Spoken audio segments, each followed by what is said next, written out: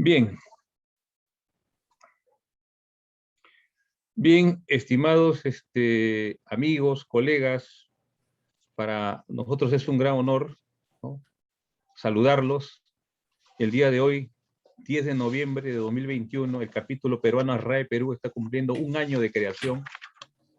La verdad que estamos muy orgullosos y contentos pues del gran grupo humano que tenemos y nos están apoyando, ¿no? También nuestros amigos desde diferentes países nos han apoyado. Y en esta oportunidad tengo el gran honor de presentar a la arquitecta Giuliana Peregrini desde Brasil. Ella es magíster en arquitectura, es directora de Lead Designer de Estudios Symbios y actualmente es la presidente del capítulo brasileño, ¿no? Brasil Chapter, Arrae Brasil Chapter. Giuliana nos va a disertar hoy día con un tema muy interesante: sustentabilidad y el foco y eficiencia energética y la calidad del ambiente interior. Sin más preámbulo, adelante, Giuliana, y bienvenida. Obrigado, Alfredo, obrigado pelo convite. Eu e a Carol estamos muito felizes de poder estar aqui mais uma vez, depois de um ano de inauguração do Chapter, comemorando esse dia, enfim, celebrando com vocês esse ano. Então, parabéns por todos, por todo, enfim, o trabalho que vocês vêm desenvolvendo nesse último ano, que vocês vieram desenvolvendo nesse último ano no Peru Chapter. E obrigado mais uma vez pelo convite. Tanto eu como a Carol, estamos muito contentes de poder estar aqui e comemorando todos juntos. Muito obrigada pelo convite. Faço as palavras da Jo as minhas. Acho que é muito bom ver a evolução do trabalho e o Ashray aí crescendo na América Latina. Acho que é importante. A gente saiu de dentro da Ashray, né, de um estudante branch e só ver lados positivos, né. Podemos começar então, Alfredo? Sí, adelante, Ok, Giuliana, con tu presentación. Sí, puede comenzar, Perfeito. adelante. Obrigada. La sala es toda suya. Obrigada. Go ahead, Giuliana. Ok, thank you. Obrigada, Alfredo. Então, só fazendo uma apresentação breve, a gente vai dividir a palestra, né? Eu e a Carolina. Eu estou atualmente como presidente do Brasil Chapter, né, nesse ano de 21 e 22. Sou também diretora do Estúdio Symbios e pesquisadora, né, fazendo meu mestrado aqui na FAUSP, na Universidade de São Paulo, com o tema de processo de projeto e edifício de alta performance, né, com qualidade ambiental e eficiência energética. E a Carolina, ela também é diretora do Estúdio Symbios, também está fazendo o doutorado dela aqui também na Universidade de São Paulo, com foco em ferramentas avançadas, né, de avaliação de performance ambiental. Então, a gente vai dividir aqui a nossa apresentação. E aí eu começo falando um pouquinho, trazendo um pouco do contexto, né, a gente vai falar do edifício de alta performance. Opa, deixa eu ver se o vídeo está funcionando. Agora sim. Então, a gente está trazendo um pouco o contexto do que tem acontecendo nesses últimos anos. Eu acho que um contexto fundamental é a questão das mudanças climáticas. Essa é uma pesquisa, na verdade, né, uma imagem que foi compilada pela Universidade de Berkeley, em que ela apresenta o aquecimento global, né, desde 1850 até 2010. Então, o que a gente percebe é que em torno de 1800, chegando justamente nesse período agora até 1950, a gente via uma predominância de cores azuis, né, e a partir desse período a gente começa a ver tonalidades mais amareladas e mais avermelhadas, né, então a gente está subindo ali em torno de 0,5 grau, chegando, né, a gente vai chegar aqui em alguns momentos a 2 graus, alguns pontos em cinza que vocês observaram são pontos, na verdade, que a gente ainda não tinha dados medidos, né? Mas o que a gente percebe é que nessa última década, realmente, a gente começou a ter um maior aquecimento, chegando aí em temperaturas acima de 2 graus, né? Chegando aqui no ano de 2018, que é a última medida. Aqui a gente traz já para um contexto um pouco mais local, né? A gente está em São Paulo, ambas estamos em São Paulo, Brasil, Então, aqui a gente faz a mesma apresentação a partir de 1901 até 2020. A gente consegue ver, aqui são os anos, né? A partir de 1970, a gente começa a perceber uma inversão, né? Um aumento das temperaturas, chegando aqui em 2020 com temperaturas bem mais elevadas, isso em São Paulo. E a gente percebe que no Peru não é muito diferente, né? Quando a gente começa a olhar aqui a partir de 1900, a gente também começa a ver essa inversão e uma tendência de uma temperatura sempre mais elevada a partir dos anos 2000, 2010. Esse é a parte do contexto do último IPCC, né, do report, em que ele vem trazendo um pouco a questão do CO2, né, e o quanto que cada país vem a contribuir para a questão das emissões de CO2. A gente está no meio da COP, né, a gente lembrando que a COP 26, que justamente finaliza agora dia 12, e aí cada país está fazendo um trabalho, na realidade esse ano de 2021, cada um dos países que assinou, né, o Acordo de Paris, teve as NDCs, que são as metas que cada um desses países está propondo, né, e a ideia é que a gente consiga chegar a 2050 com a emissão zero. Se a gente começa a olhar o contexto mundial, a gente tem 2 pontos que são muito importantes, né? Olhando aqui para o nosso setor da construção, né? O setor dos edifícios. Um deles é o aumento populacional. Então, o que a gente percebe, e aqui também esse é um compilado de informações da Unicef, trazendo dados da população urbana apenas, né? Aqui a gente vê o Brasil, e a gente consegue ver aqui toda a parte da América Latina e Peru com os dados. A previsão é que a gente chegue aqui em 2050 com 2.400.000 habitantes apenas nas cidades, né? E aí o que a gente percebe é justamente um aumento dessas cidades. Essas cidades estão ficando cada vez mais populosas, né?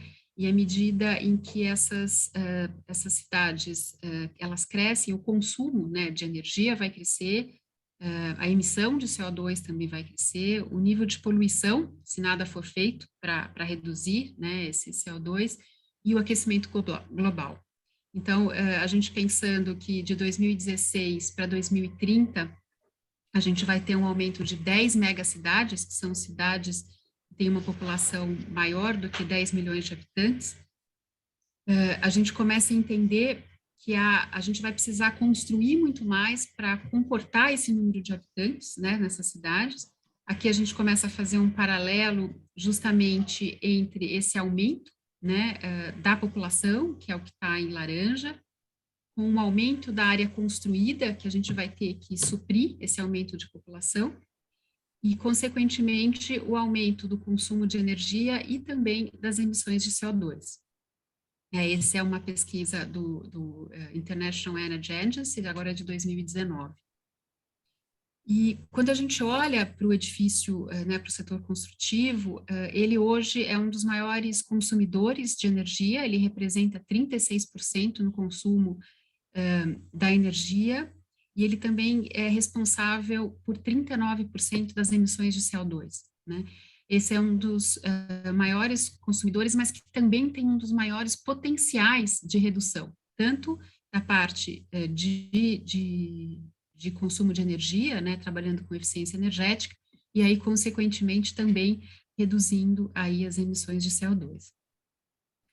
Quando a gente fala da parte de CO2, né, a gente tem, inclusive, o tema da descarbonização.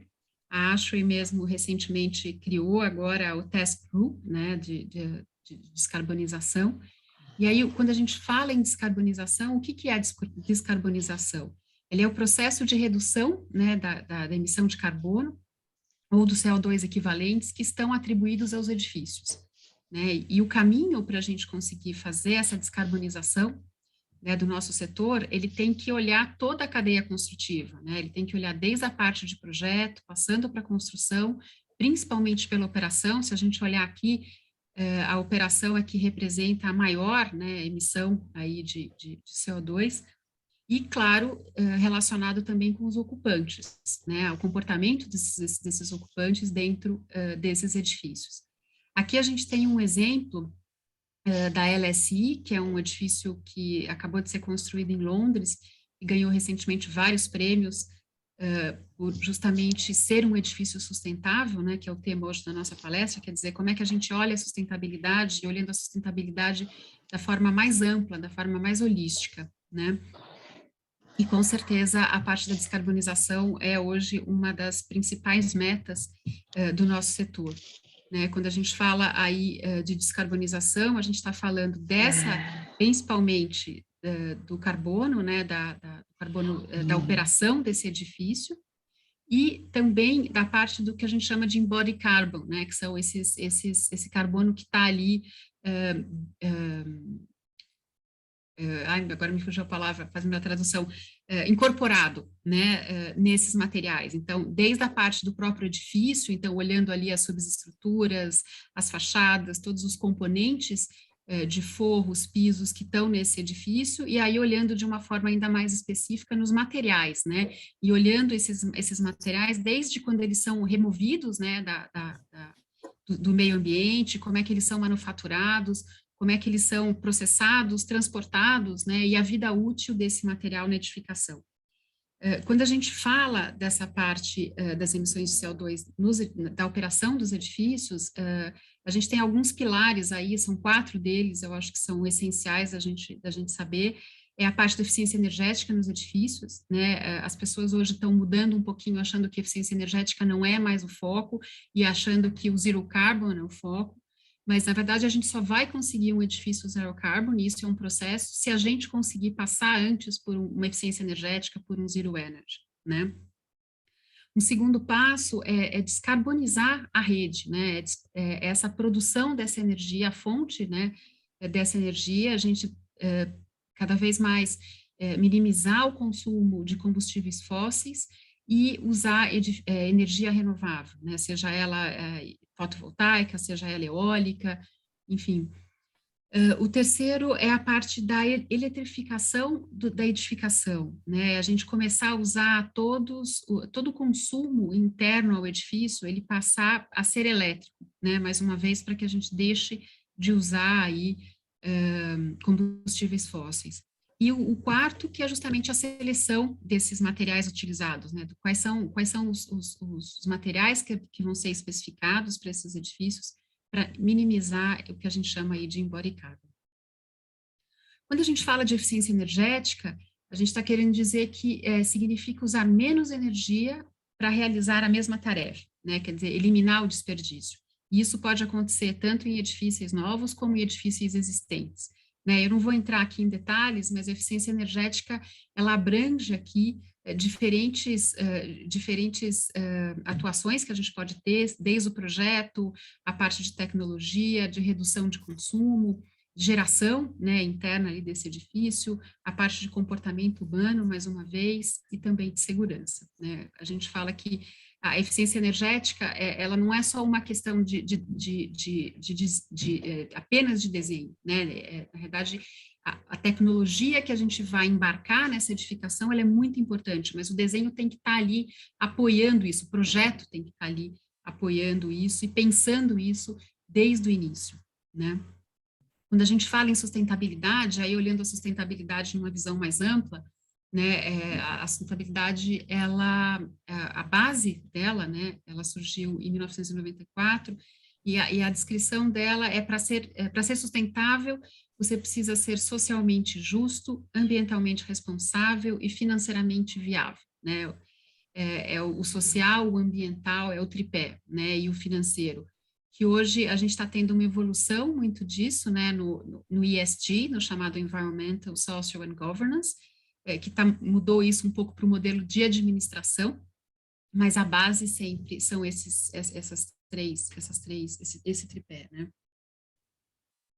Aqui a gente fala um pouquinho, na verdade, a gente entra no tema da sustentabilidade dentro do ambiente construído, né? Eu vou ficar um pouquinho mais nesse slide agora, porque eu acho que esses 6 tópicos, né, e essa é uma definição, na verdade, do National Institute of Building Science e do High Performance Building Council, dentro de um guide, né? E o que a gente percebe, a gente olhando as certificações hoje, que são com certeza uma das referências de mercado, quando a gente fala de sustentabilidade, elas se baseiam muito nesses 6 tópicos, né?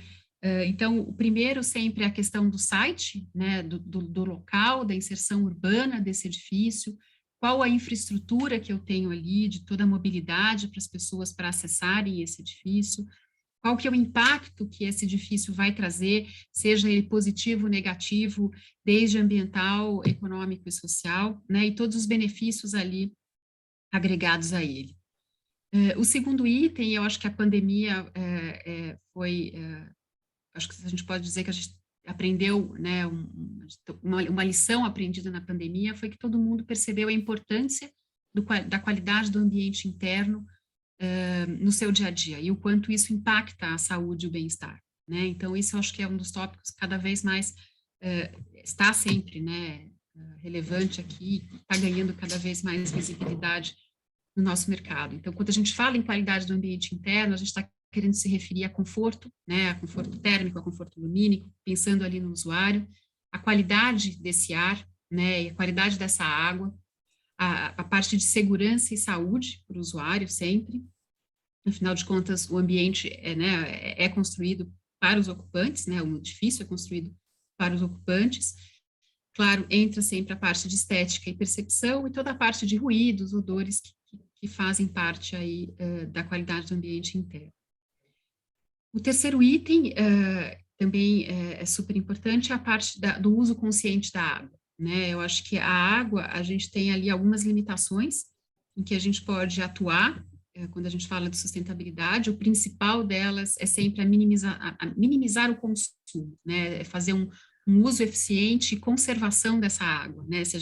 Que tipos de tratamentos que a gente pode colocar ali naquele edifício, se são águas cinzas, né, águas negras, águas pluviais, de que forma que a gente pode reaproveitar e qualificar essa água, pensar na qualidade final dessa água para consumo para o usuário e a aplicação sempre de melhores práticas. O quarto item, a gente está falando aí da parte de otimizar espaços e materiais.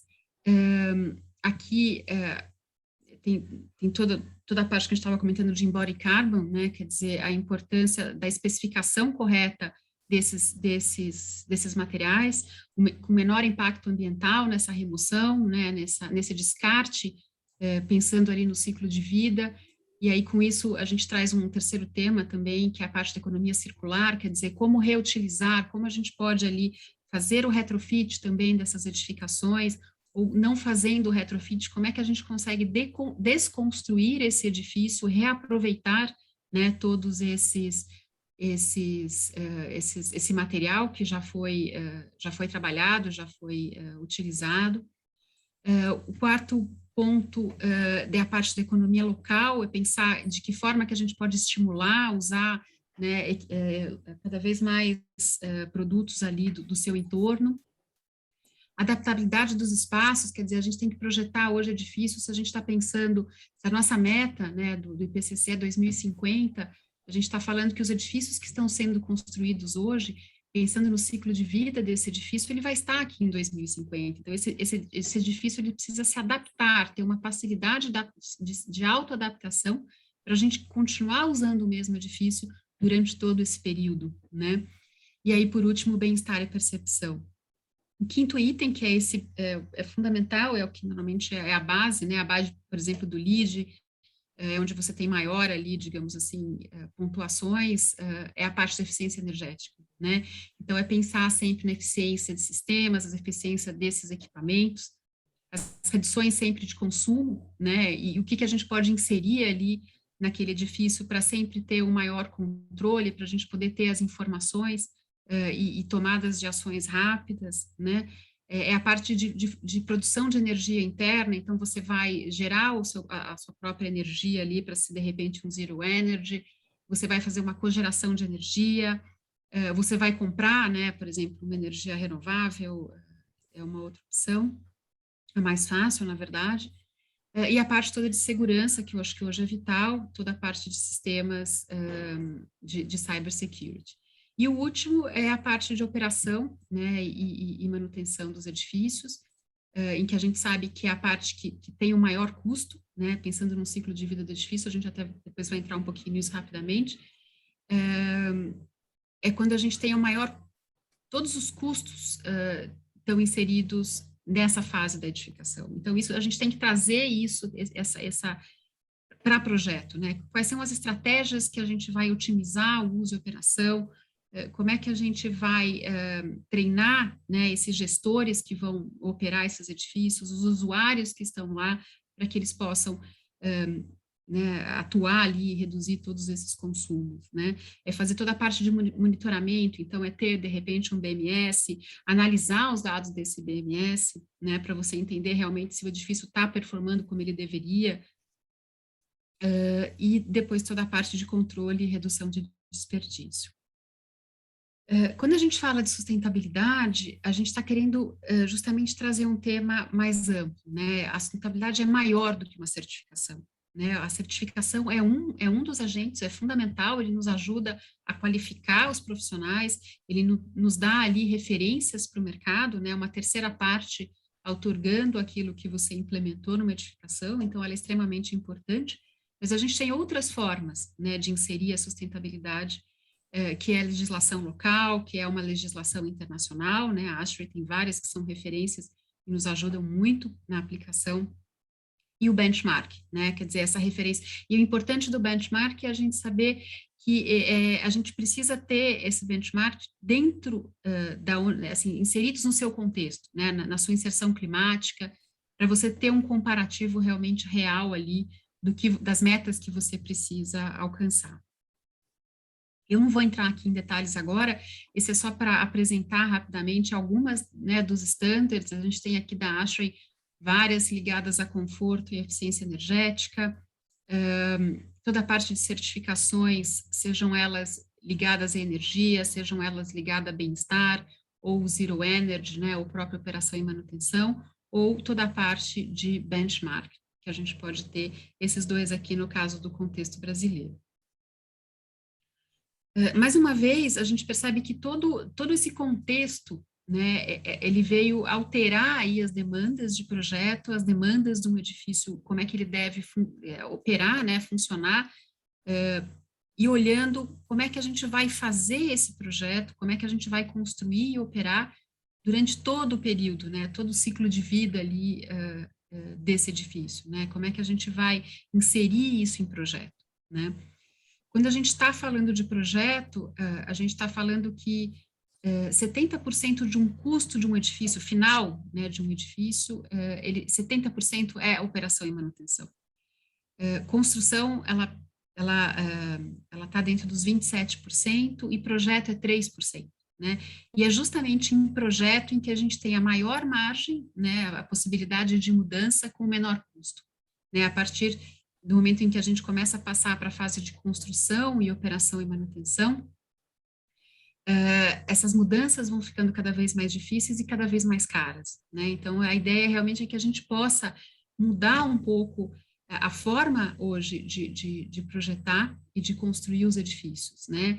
É pensar sempre na inserção climática desse edifício, é pensar sempre na cultura em que a gente está inserindo, todo o contexto, né, local e atual, esses que a gente trouxe no início da apresentação, olhando, claro, a qualidade ambiental, porque, afinal de contas, os edifícios são para as pessoas, né, mas a gente precisa, sim, obter eficiência energética, né, e aí a forma da gente conseguir isso sempre é aliar estratégias passivas, né, tentar usar o máximo possível as estratégias passivas, para depois inserir a tecnologia e as estratégias ativas, né. Essa aqui, inclusive, é uma metodologia de um professor de Londres também, que é um Environmental Design, e ele traz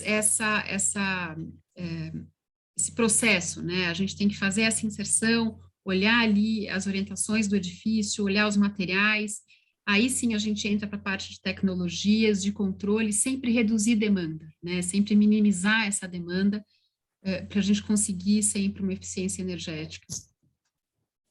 E aí é justamente isso, esse aqui é um resumo um pouquinho, se a gente está procurando um edifício, seja ele sustentável, né, a gente dando os nomes que usualmente a gente traz para o mercado, mas seja ele sustentável, seja ele um zero energy ou um low ou zero carbon, né? Quer dizer, o processo que ele vai ter que acontecer, ele é sempre muito parecido. O que vai estipular, né, são a que nível você vai chegar de cada uma dessas estratégias. Né? A ideia é que você realmente vá sempre otimizando esse edifício, inclusive para um retrofit, né? Se a gente vai pensar numa requalificação de um edifício, o processo ele é sempre muito parecido, quer dizer, é a ideia da gente inserir as estratégias de projeto, a gente conseguir reduzir todas essas demandas, né, e aumentar a eficiência, e ter um edifício aqui que consuma e esteja consumindo muito menos energia ali do que, por exemplo, o seu edifício inicial, né? Essa na parte de projeto, à medida que a gente vai passando para a parte de operação, é super importante a gente ter o controle do que o edifício, como é que o edifício está operando, né? Ter essa coleta de dados ali, de informações, para entender se a gente está melhorando a performance desse edifício, ou se na operação e manutenção a gente está justamente voltando a um nível anterior, né? E sempre está retroalimentando, né? Como é que a gente pega essas informações do edifício, como é que a gente, através aí sejam de pesquisas, né, que a gente chama de POE, da qualidade do ambiente interior junto com os ocupantes, seja através de dados e simulações, né, os digital twins, por exemplo, que são outras ferramentas hoje que nos ajudam a ter essa calibração do nosso edifício. A ideia é que a gente tenha sempre um processo de melhoria contínua, né, que a gente faça sempre esse processo. Ju, e aí posso claro, pegar o controle remoto? Pode, Carol, você Pode? fica à vontade.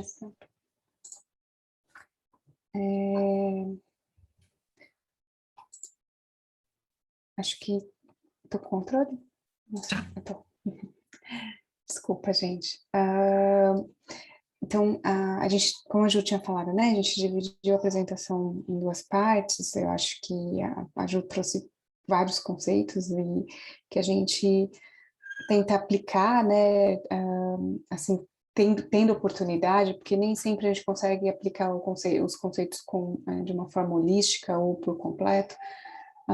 Isso está muito vinculado aos objetivos do cliente, mas a gente trouxe dois cases que são exemplificações de projetos de sustentabilidade, buscando zerar, buscando ter eficiência energética, minimizar o uso de carbono, então, e olhando para o projeto de uma forma muito mais holística e muito mais integrada, né? Como a Ju explicou muito bem, acho que a visão do ciclo como um todo e da integração do projeto, né? Ninguém não pode conversar sozinho. Então, um dos cases que a gente trouxe aqui foi o retrofit. Ju, se você quiser criar qualquer comentário aí, fica à vontade.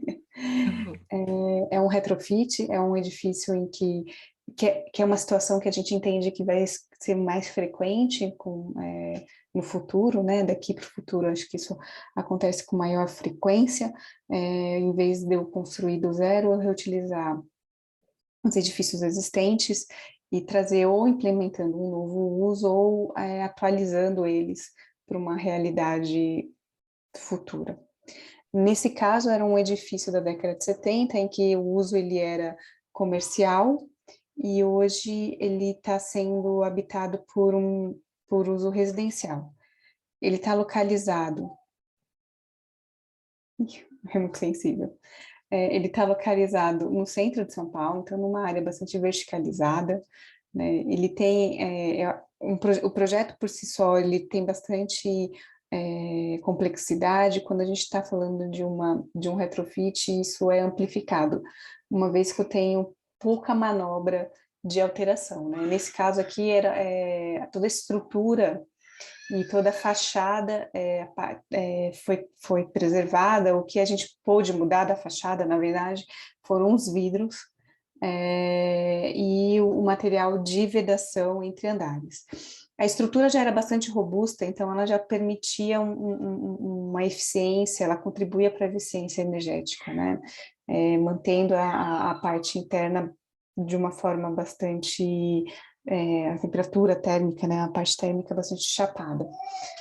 E aí, nesse edifício, o que a gente entendeu que seria interessante estudar, né? Já que é uma mudança de uso, uma fachada existente, o que a gente podia trazer para que ele pudesse ter a sua eficiência melhorada? Seria a porcentagem de vidro na fachada. Então, a gente começou pela fachada, pela envoltória, antes de entrar em sistemas, mas os sistemas também foi um ponto a ser observado. A gente avaliou, então, como que eu posso compor a parte de vidro na fachada, de forma que eu tenha uma melhor eficiência térmica e não tenha prejuízo na parte de iluminação natural. Junto com isso, a gente analisou o sombreamento e a ventilação. Como eu vou trazer aqui só essa parte da envoltória, não vou trazer o caso inteiro, tá?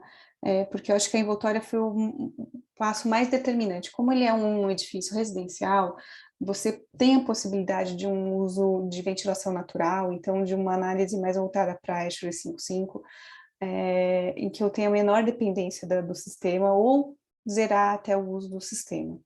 A gente está falando de São Paulo tem um clima ameno, ele tem momentos de muito calor, mas são semanas, obviamente que eu não estou em um contexto de mudanças climáticas, mas atualmente ele tem um perfil climático que não requer um uso, uma dependência do ar-condicionado, mas um uso em momentos mais extremos, né, em que a envoltória não tem a capacidade sozinha de trazer conforto.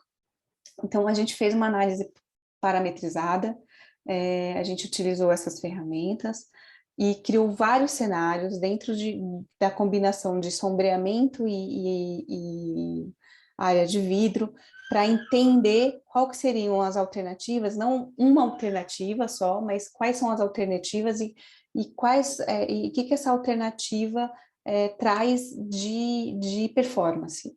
Então, eu vou olhar para essas combinações entre vidro e sombreamento e o que ela vai me trazer de performance.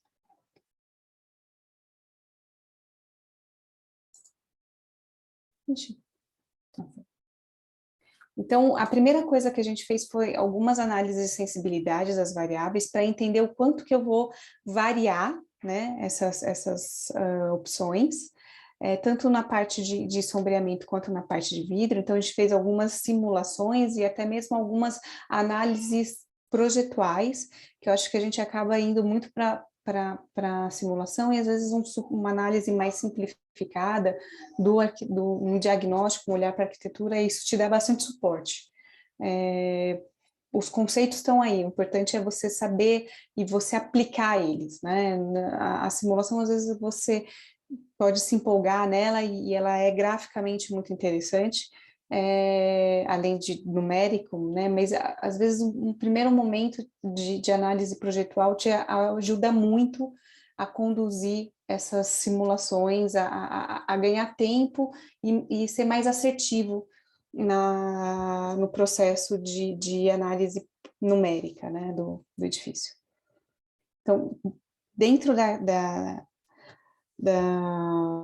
do desenho de sombreamento que a gente entendeu que era mais eficiente, colocando todas as limitações da fachada e do uso, olhando para o vidro, a gente desenhou algumas opções aí de sombreamento de acordo com a fachada. Então, não é uma solução única, não é uma solução apenas para uma fachada, cada fachada tem as suas peculiaridades, se eu estou mais exposta, se eu tenho mais sombreamento, mais obstrução do meu entorno, se a ocupação é diferente, então eu vou olhar para cada fachada de uma forma diferente.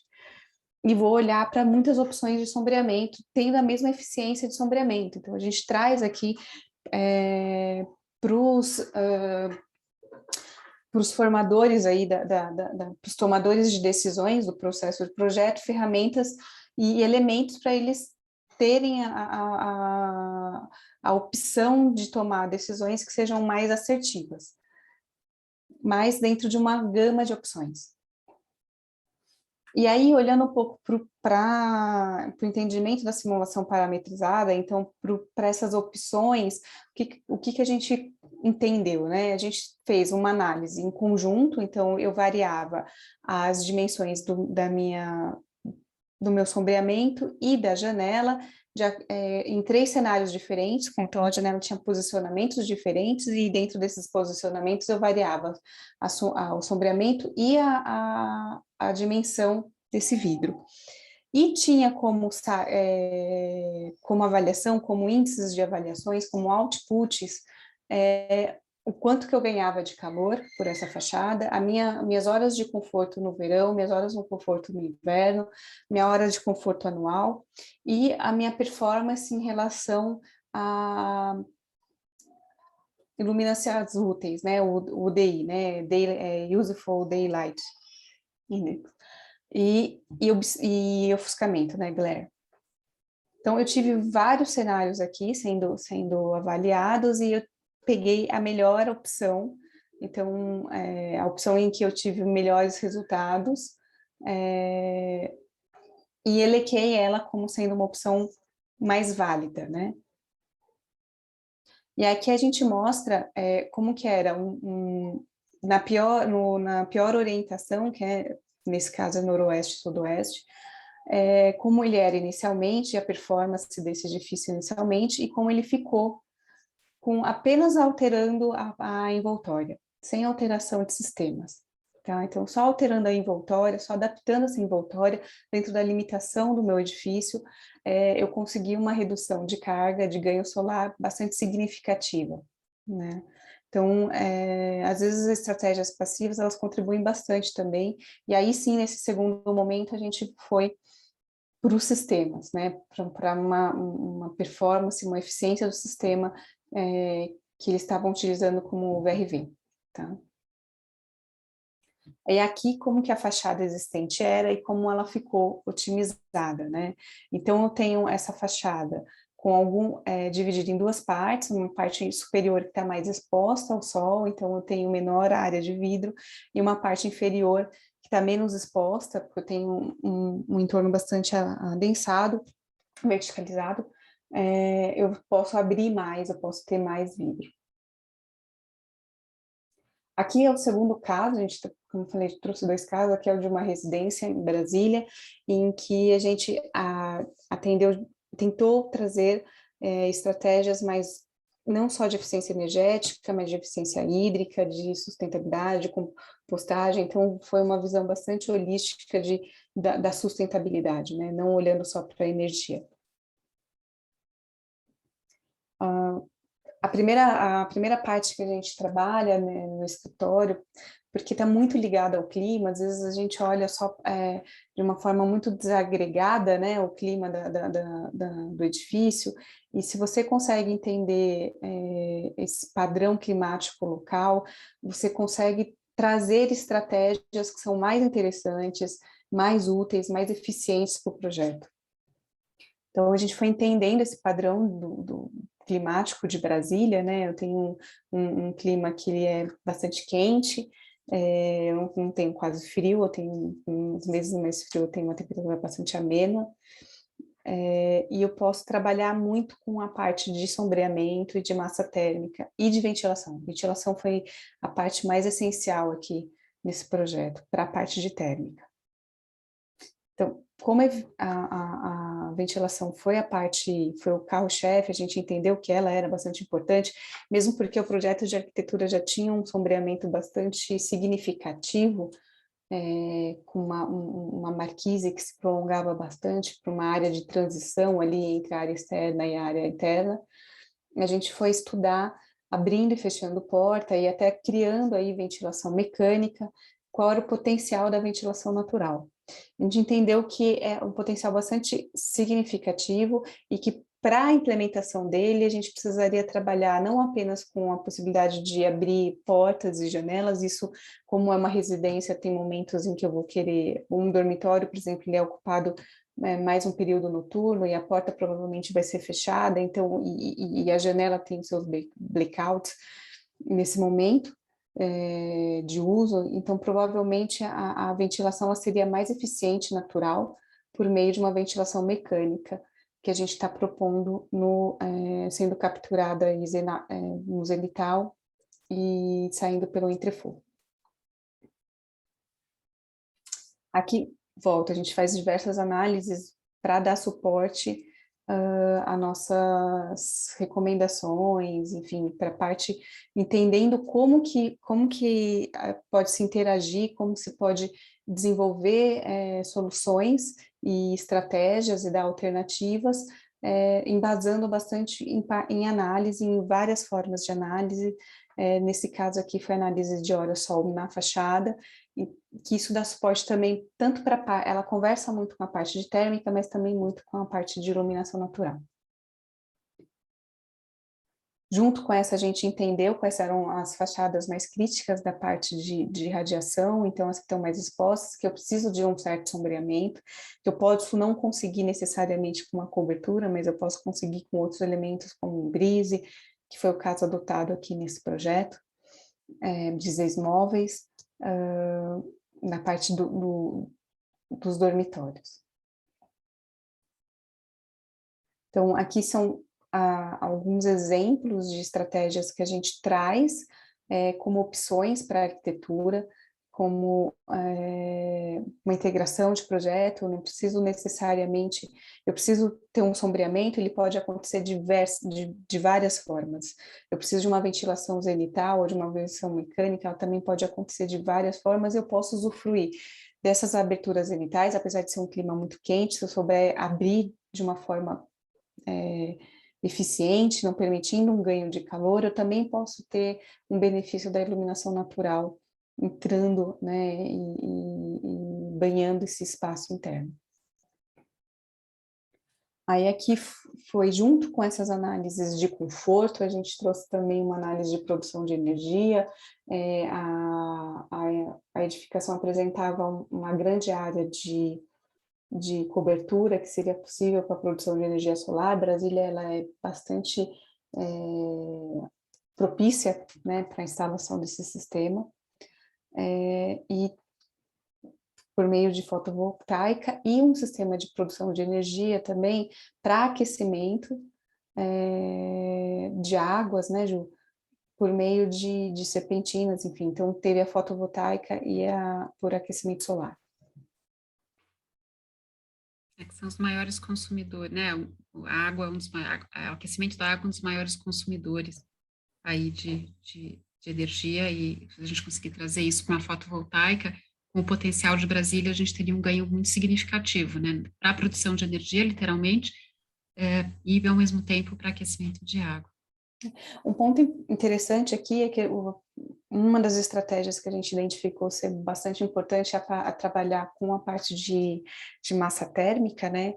E aí seria possível, e a gente entende que isso é viável, a instalação das placas solares junto com o jardim. O telhado verde, né? Um telhado verde, que contribui bastante para a parte de térmica, né?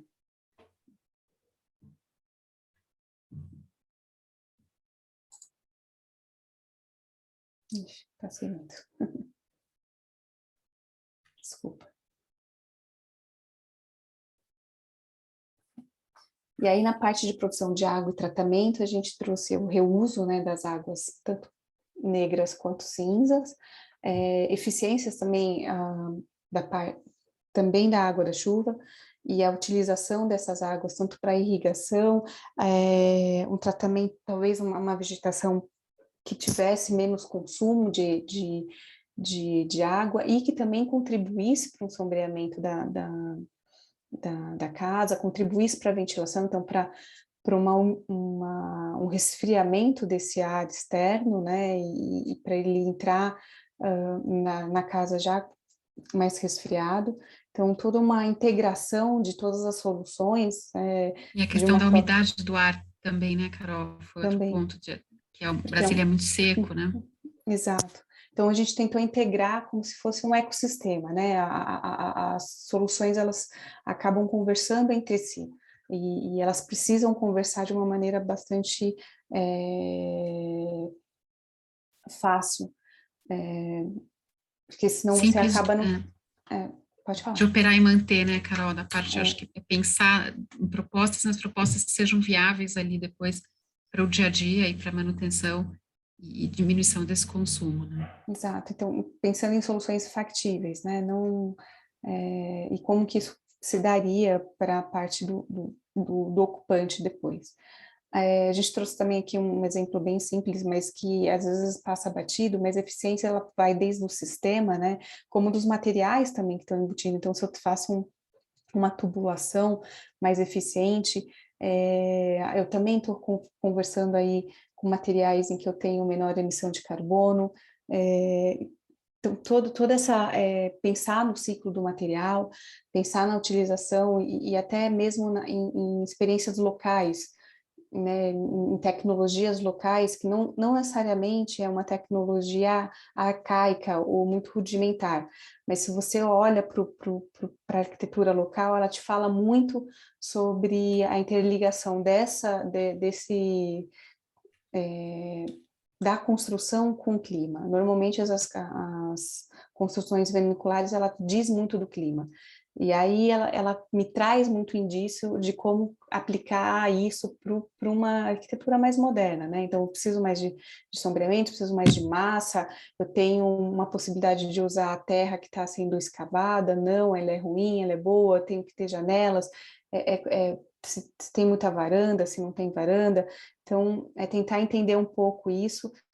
Volto, não é voltar a produzir a arquitetura de décadas atrás, é entender o que o clima fabricava, impunha nessa arquitetura e o que eu posso, então, tirar desse conhecimento para aplicar para uma arquitetura mais inteligente, mais alinhada ao clima local, uma arquitetura bioclimática. Além disso, a gente também trouxe na relação da água a parte de tratamento de esgoto, então de efluentes, através, talvez, da implementação de wetlands. Obviamente que essa tecnologia ela é bastante interessante, mas ela tem as suas peculiaridades quando aplicada em ambientes tropicais, né? Você tem que ter uma rigidez maior aí do trato desse sistema.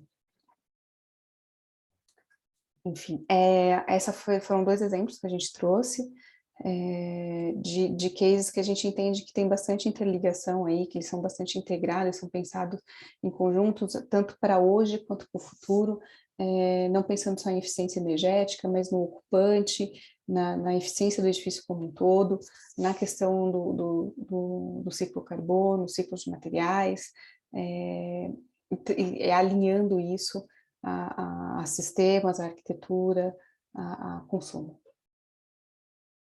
Muito obrigada, gente. Oi, Ju, você quer pôr alguma coisa? Eu acho que é agradecer. Não sei se tem alguma pergunta, alguma dúvida. Alfredo.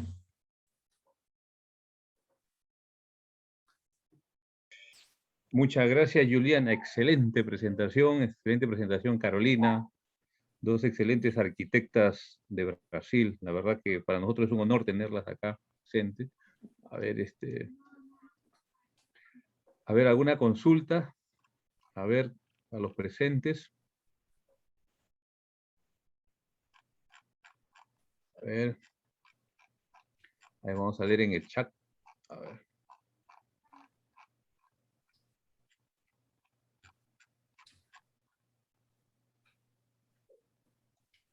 A ver, pueden hacer sus preguntas, ¿ah?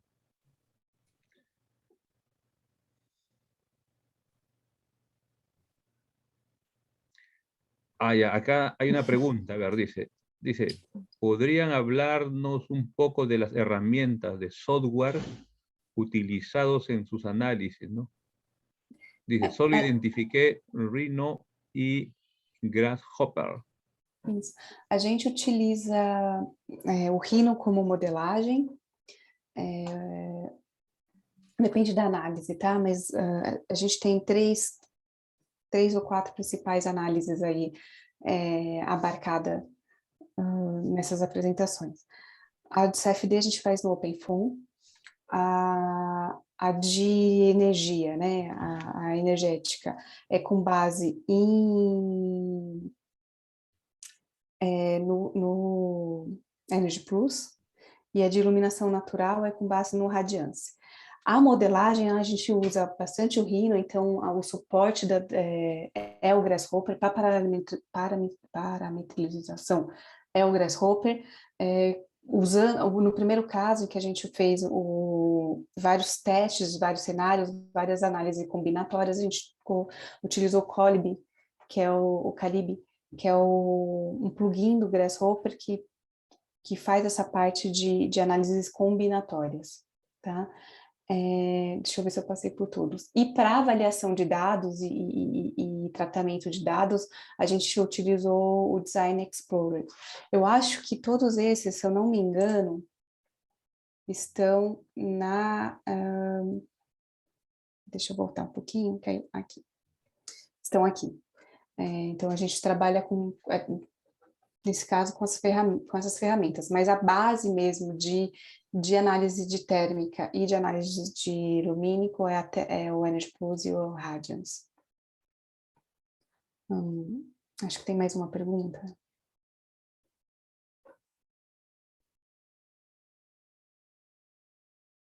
A ver otra pregunta. Dice, ¿cómo trabajar la arquitectura bioclimática en Brasília, seco e caliente? A gente tentou utilizar a parte de sombreamento, né? Então, para que eu consiga ter menos ganho solar, e a parte de vegetação para conseguir ter uma umidade do ar, melhorar a umidade do ar, né? E além disso, as paredes, elas são bastante espessas dessas casas, né? E elas trabalham com blocos de pedra, então que contribui também para atenuar esse ganho, para criar uma certa inércia e melhorar o desempenho interno, né? Em relação à parte de umidade, o que a gente conseguiu trazer bastante tem bastante corpo d'água, essa casa está muito próxima ao lago, então ela acaba tendo uma menor... ela ganha, né? Ela tem um ganho aí por estar muito próximo do lago, mas mesmo assim a gente acaba tendo momentos de secura que são, enfim, inerentes aí da cidade. Mas Período de inverno, né, Carol? A gente tenta minimizar isso com essas estratégias, com vegetação, com corpo d'águas próximo e com essa inércia e esse sombreamento.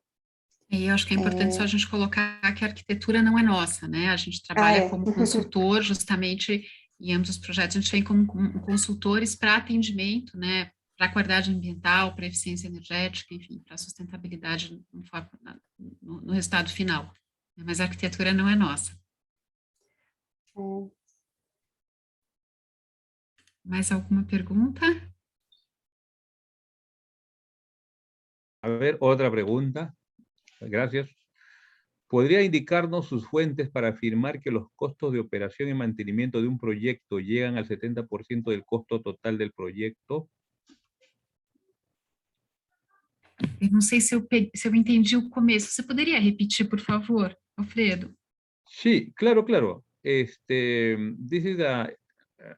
¿Podría indicarnos sus fuentes para afirmar que los costos de operación y mantenimiento de un proyecto llegan al 70% del costo total del proyecto, ¿no? Se eu entendi, é a fonte, é isso? Acho que é isso, Ju. Yes. Deixa eu pegar aqui, então, que a gente tem ela aqui direitinho. Cost operation and maintenance is 17% of total project. Do ciclo de vida. Essa informação aqui a gente pegou através do American Council of Engineer Companies. Eles lançaram, eles forneceram essa informação agora em 2019, né? Mas a análise do ciclo de vida, ela, enfim, é bem difundida. Você tem várias pesquisas, você consegue essa informação em vários, em diferentes pesquisas, né? Que trabalham aí com ciclo de vida. Esse aqui, na verdade, a gente está trabalhando com 30 anos, mas hoje a gente já está falando de um ciclo de vida de 60 anos, né? E aí você tem algumas amostragens, mas normalmente as proporções, digamos, são sempre essas, em torno de operação e manutenção 30%, construção ali em torno de 30%, projeto de 3% a 5%. Normalmente são essas variações que acontecem pensando aí no ciclo de vida do edifício.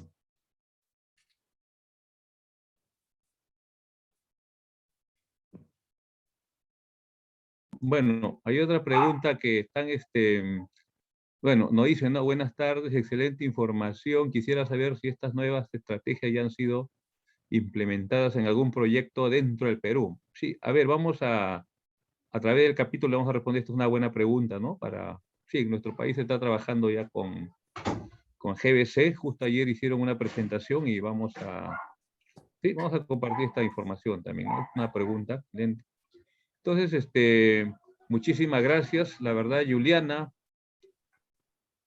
Carolina, ustedes como siempre apoyándonos, la verdad, y la verdad que estamos muy contentos de tenerlos, ¿no? Siempre ustedes apoyándonos, la verdad, nuestros hermanos de Brasil. Justamente se acaba de conectar también Esteban Bacchini, ¿no? El ingeniero Esteban Bacchini del capítulo argentino ARRAE, ¿no? Y también, pues, nos ha dado el apoyo, ¿no? Y quiero saludar a los distinguidos invitados que se encuentran acá también. Tenemos la presencia de Manuel Rodríguez, ¿no? De Puerto Rico, presidente del capítulo de Puerto Rico. Bien. Buenas tardes, Manuel. Qué gusto tenerte, ¿no? Qué gusto tenerte. La verdad Un gusto estar aquí. Nos honras con tu presencia y todos ustedes, amigos, ¿no? Nuestros distinguidos también colegas que se conectan desde diferentes partes del país. Para nosotros es un gran honor tenerlos, ¿no? En este día tan especial, porque cumplimos nuestro primer año, ¿no? De fundado, ¿no? De fundación, ¿no? ¿no? Y ahora vamos a presentar, voy a tener el honor de presentar pues a Dustan Macaulay, ¿no? Vicepresidente electo de ARRAE de los Estados Unidos, quien nos va a dar unas palabras también, ¿no? Por motivo de nuestro primer aniversario. Entonces, a ver. Bueno, gracias. Estoy John Constantinides, presidente vice de Región 12. Thank you. And I will bring Dunstan here. Dunstan. I give you back for your greeting. Thank you very much. Dunstan, are you on? Yes, I'm on. Good evening, good afternoon,